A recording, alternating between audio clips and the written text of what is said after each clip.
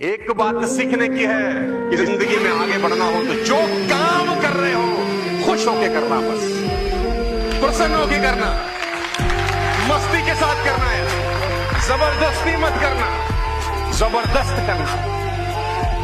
जबरदस्ती और जबरदस्त में मात्रा का फर्क है, लेकिन आपके अकाउंट की मात्राएं बढ़ जाती है।